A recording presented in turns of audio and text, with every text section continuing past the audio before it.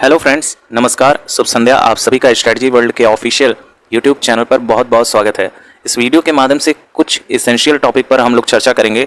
तो चैनल पर नए लेखपाल भर्ती से जुड़े हुए हैं तो हमारे कम्युनिटी को स्ट्रॉन्ग करने में, एक परिवार बनाने में आप सभी लोगों की मदद चाहिए। इस वीडियो को इतना ज़्यादा आप शेयर कीजिए कि जिन विद्यार्थियों तक ये संदेश पहुंचाना चाहते हैं आप, उन तक ये पहुंच जाए। और ख़ास तौर पे एक अध्यापक ऐसे हैं जो अध्यापक होने का तो दावा कर रहे हैं लेकिन छात्रों के जीवन से ही खिलवाड़ कर रहे हैं, तो ये खबर कम से कम वहाँ तक पहुँचनी ही चाहिए जहाँ तक हम इस वीडियो को पहुँचाना चाहते हैं।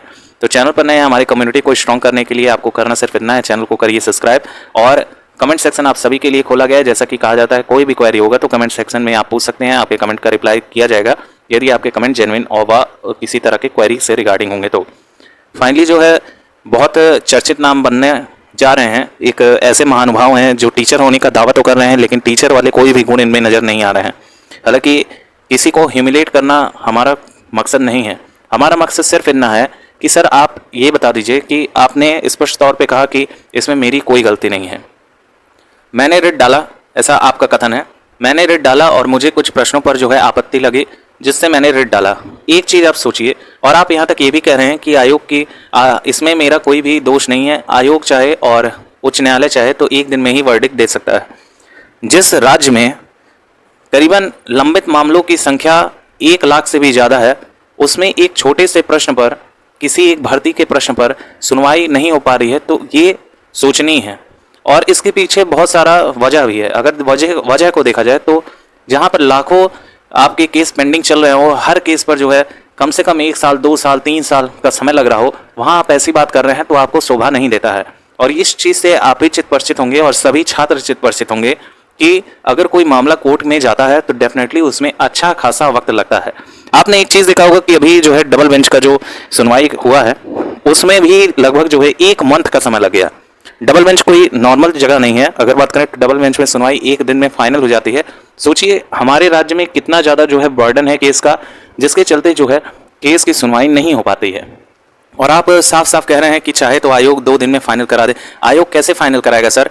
एक बात बताइए, जहाँ पर आयोग का काम है सिर्फ पेपर कंडक्ट करवाना, उसको जॉब देने का कोई उसमें रोल नहीं है। उसने पेपर कंडक्ट करवाया, उसने रिजल्ट दिया, आप भर्ती हुए और भर्ती होकर आप जो है अपने फील्ड में वर्क करेंगे। उसका सिर्फ इतना सा काम है, वो पेपर कंडक्ट करवाता है और उसका कोई काम नहीं है उसमें। तो वो भर्ती कहाँ से कंप्लीट करवाएगा सर? जब रिट चल रहा है तो उसकी भी मजबूरी समझिए। जब रिट चल रहा है तो वो पब्लिश भी कर देगा, तो उल्टा आरोप तो उसी पे आ जाएगा ना। जिस हिसाब का हमारा संविधान निर्माण हुआ है उस हिसाब से यही है कि कोई भी अगर केस चल रहा है, किसी भी प्रश्न पर विवाद हो रहा है या किसी भूमि पर विवाद हो रहा है, तो जब तक उसका निपटारा नहीं हो जाएगा तब तक उसके अथॉरिटी किसको दी जाएगी उस चीज़ की। तो इस चीज़ पर जो है थोड़े से विवाद उत्पन्न हो रहे हैं और जैसा कि देखा जा रहा है विद्यार्थियों पर ही अब उल्टे तरीके से क्लेम किया जा रहा है। अभी तक मामला जो है आपका हाईकोर्ट तक सीमित था, हाईकोर्ट में प्रश्नों पर सीमित था, लेकिन अब जो है मामला विद्यार्थियों तक आ चुका है। और एक बात बताइए कि आपका जो ये रिट है 7663 वाला, इसमें आपने 7 प्रश्नों पर चैलेंज किया है। ठीक है सर, अच्छी बात है, आप हित के बारे में सोच रहे हैं, बहुत अच्छी बात है।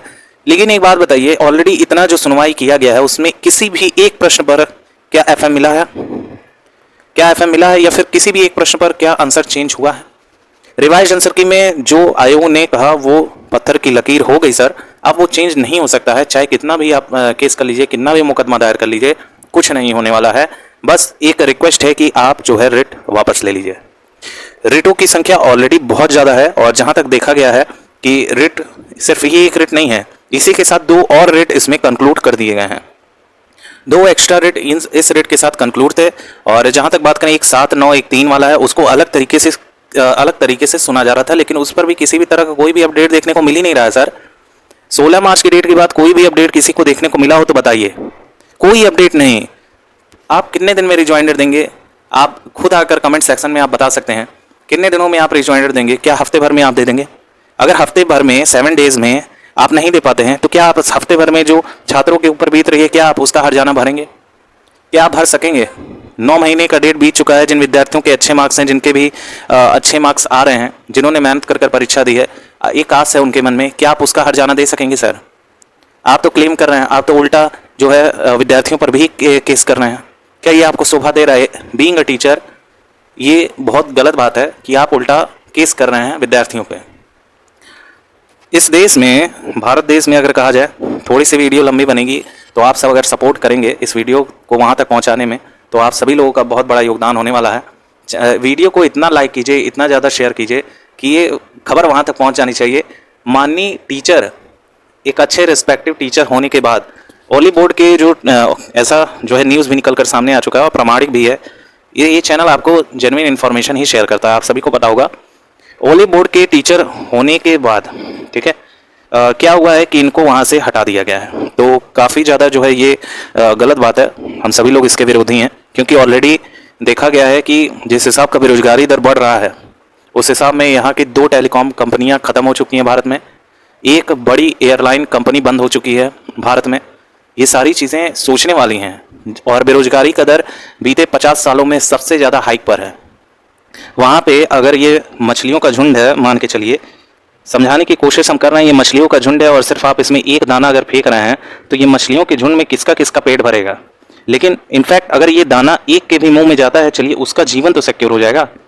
कहने की बात यह है कि 8085 पद पे जो आपकी वैकेंसी आई है, 8000, जैसा कि देखा जा रहा है कि रोहित वर्मा जी का एज काफ़ी ज़्यादा है और वे शायद ही पीसीएस वगैरह का एग्ज़ाम तो दे लेंगे स्टेट लेवल का, और हो सकता है आईएएस के लिए भी एलिजिबल हो। और जैसा कि आपने बताया भी कि पीसीएस की तैयारी आप करते हैं, बहुत अच्छी बात है सर, करिए। लेकिन ये बताइए, जिन विद्यार्थी अभी अंडर एज हैं उनका भी जीवन ऐसे ही बीत जाएगा, कम से कम उनका तो जीवन सिक्योर हो जाने दीजिए सर। जो हमारे साथी 18 से 40 साल की उम्र तक फॉर्म डलवाया गया था, 1 साल तो निकल गए, एग्ज़ाम होते होते पेट कंडक्ट हुआ, उसके बाद 1 साल ऐसे ही बीत गए। मान के चलिए कोई विद्यार्थी 20 साल का है, 1 साल और निकल गया, 9 महीने का डेट ऑलरेडी पास हो चुका है सर, 1 साल और निकल गया, 21 साल का विद्यार्थी अभी तक रिजल्ट नहीं आया। रिजल्ट अगर आ भी जाता है, जैसा कि उम्मीद जताई जा रही है कि मई मंथ के लास्ट में आप लोगों का रिजल्ट देखने को मिलने वाला है, अगर रेट पर सुनवाई हो जाती है, अभी रिजॉइंडर ही नहीं दिया गया है तो रेट पर सुनवाई कैसे होगी। 21 साल की उम्र में अभी विद्यार्थी है जो 18 साल की उम्र में फॉर्म भरा था, अब उसकी एज 21 है, अभी तक फाइनल नहीं हुआ है। मान के चलिए कि अभी फाइनल हो जाएगा तो विद्यार्थी जब सारा प्रोसेस कंडक्ट हो जाएगा तब वो 22 साल का हो जाएगा और ज्वाइनिंग होते होते 23 हो जाएगा, 23 पता नहीं क्या 24 हो सकता है, 25 भी हो सकता है, पता नहीं कब होगा फाइनल। तो रिक्वेस्ट यही है सर कि मत ऐसा खिलवाड़ मत कीजिए सर, क्योंकि विद्यार्थी ऑलरेडी डिप्रेस्ड हैं, बहुत ज़्यादा पढ़ना पड़ता है। और सच मानिए तो एक गवर्नमेंट जॉब लेना किसी भी विद्यार्थी का बहुत बड़ा सपना होता है, जो एक मिडिल क्लास का विद्यार्थी है। आप नहीं समझ सकते हैं, ओली बोर्ड में बहुत अच्छा पैसा आपको मिलता होगा, आप ये बात से अवेयर होंगे। और जो लॉस हुआ है आपको, उसका हर्जाना तो कोई नहीं दे सकता है, लेकिन जो लॉस विद्यार्थियों का हुआ है उसका भी हर्जाना आप नहीं दे सकते हैं। और जहाँ तक बात है तो एक साथी हैं, यूट्यूबर ही हैं, उन पर जो है केस कर दिया गया है। काफ़ी बहुत ही बुरी बात है, ऐसा नहीं होना चाहिए, क्योंकि जो भी साथी है वो अपना एक तरह से भड़ास निकाल रहा है। और भारत में अभिव्यक्ति की स्वतंत्रता है, यहाँ तक कि पीएम तक को लोग नहीं छोड़ते हैं, तो जो भी गलत काम करेगा उसको छोड़ा नहीं जाएगा। जहाँ तक बात है साथियों का, विद्यार्थियों का, तो विद्यार्थियों के जीवन के साथ अगर कोई खिलवाड़ करता है तो वो किसी भी तरह का उसके लिए कोई भी, आप समझ सकते हैं कि क्या कहना चाहते हैं। तो इस स्ट्रेटजी वर्ल्ड की टीम से जो है बहुत से छात्रों ने कहा कि आप एक ऐसा वीडियो बनाइए जो इन सभी चीज़ों पर हो, बेस्ड हो। तो हमने एक कोशिश की है, बाकी काम आपका है कि आप क्या करते हैं। और होप्स तो आप रेट वापस ले लेंगे। और जो भी साथी और भी हैं, देवेश सर हैं, पता नहीं कौन कौन है उसमें जो रेट दिया है, जिनका कंक्लूड है, वो भी लोग से रिक्वेस्ट है कि आप भी लोग रेट वापस ले लीजिए, ताकि लेखपाल भर्ती में हम सभी का एक छोटा सा कंट्रीब्यूशन हो और हम सभी लोग जो है लेखपाल भर्ती को कंप्लीट करा सकें और ये चैनल का भी एक छोटा सा योगदान हो सके लेखपाल भर्ती में। आप सभी लोग की क्या राय है कमेंट सेक्शन में जरूर दीजिएगा। और कोई अगर जानता हो तो ये वीडियो वहाँ तक पहुँचा दे, ताकि हमारी एक रिक्वेस्ट वहाँ तक पहुँच सके। और बाकी आप पर छोड़ते हैं कि आप क्या करते हैं, रेट वापस लेते हैं या नहीं लेते हैं।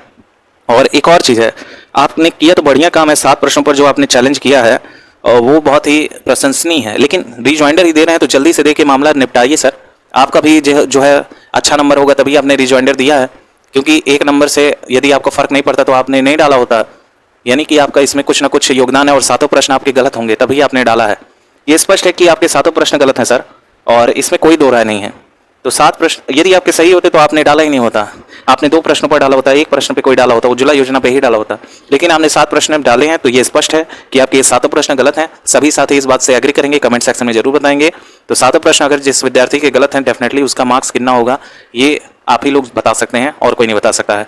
और जिन प्रश्नों पर क्लेम किया गया है वो बहुत ही सस्ते प्रश्न हैं। अगर बात करें हिंदी के जो 2 प्रश्न हैं वो भी सस्ते प्रश्न हैं, और जीएस के 2 प्रश्न हैं जिसमें NH2 वाला एक प्रश्न है, उस पर क्लेम ये करने योग्य है। ये प्रश्न सभी लोग अप्रिशिएट करेंगे, इस प्रश्न पर ये करने योग्य है सर। और इस पर हम सभी लोग आपका साथ देते हैं। NH2 वाला प्रश्न जरूर चैलेंज होना चाहिए। और एक प्रश्न था आपका जिसमें पूछा गया था उत्तर प्रदेश की सीमा कितने राज्यों से मिलती है, हालांकि उसमें 8 राज्य बताए गए थे। 9 राज्य केंद्र शासित प्रदेश से जब इंक्लूड कर लिया जाता है तब होता है, हालांकि वो आयोग का विचार है, वो क्या करता है क्या नहीं करता है ये उसी के ऊपर छोड़ देते हैं। लेकिन NH2 वाले पे हम सपोर्ट करते हैं। लेकिन बाकी सारे प्रश्न पर जिन पर आपने क्लेम किया है वो वापस ले लें। हमारा तहे दिल से रिक्वेस्ट है आप सभी लोगों से। Thank you so much for watching. Channel subscribe जरूर कर लीजिएगा आप लोग।